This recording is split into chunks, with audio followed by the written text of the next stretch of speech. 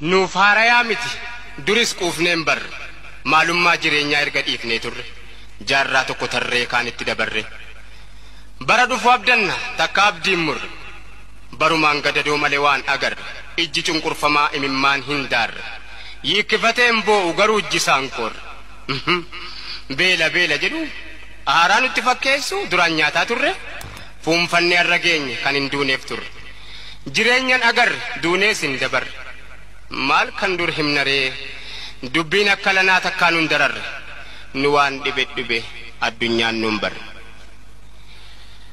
beelaa nu daguugee bara meeqa ga'ee yoo biyyi hundi iyyu eenyu nu dhaga'e erga namaaf loowwan dhumee biyyee ta'e kunu abbaan irreereef kadhaatti ol ka'e inni kadhatamee dhufee biyya ga'e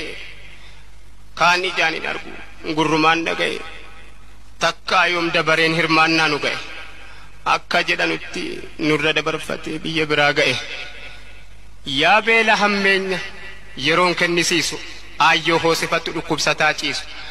daa'ima sii hootu harma afaan hin jiisu ijoollee xixinnoo kan hin jiruun beeyne naman gaddisiisu ajaa'iba lama dubbii nama dhibu yoo hubatee ilaaleef namni qalbii qabu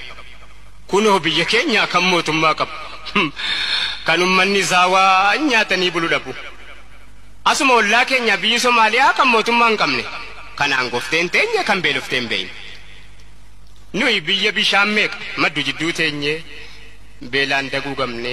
kadhaadhaan addunyaa hunda waliin geenye kunoo bara sana kana jibbaaf jennee nu yoom irraanfanne sagalee baay'ee gaafa dhaggeeffanne misoomaaf qophaa'aa jennaan dhugaa seene waan qabdan kennadhaa akka lamuun beelofne maqaan isaan bareedaa waldaa misoomaati jennaan gagammanne misooma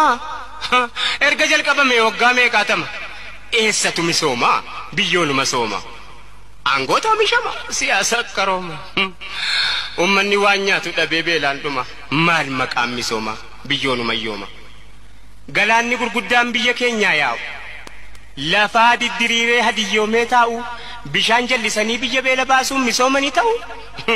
utuu oomishamee dachiin biyya keenyaa Afrikaadhaan ga'u kunoo gaafas dhugaa seene yoom kanatti beeyne dachii biyya keenyaa nu misoomsuuf jennee silaa maal qabnaa miti si haftee urgufanne miliyoona 100 meeqa ga'eera nuun jennaan baay'eesaa gammanne kunoo eegnee waan misoome dhabne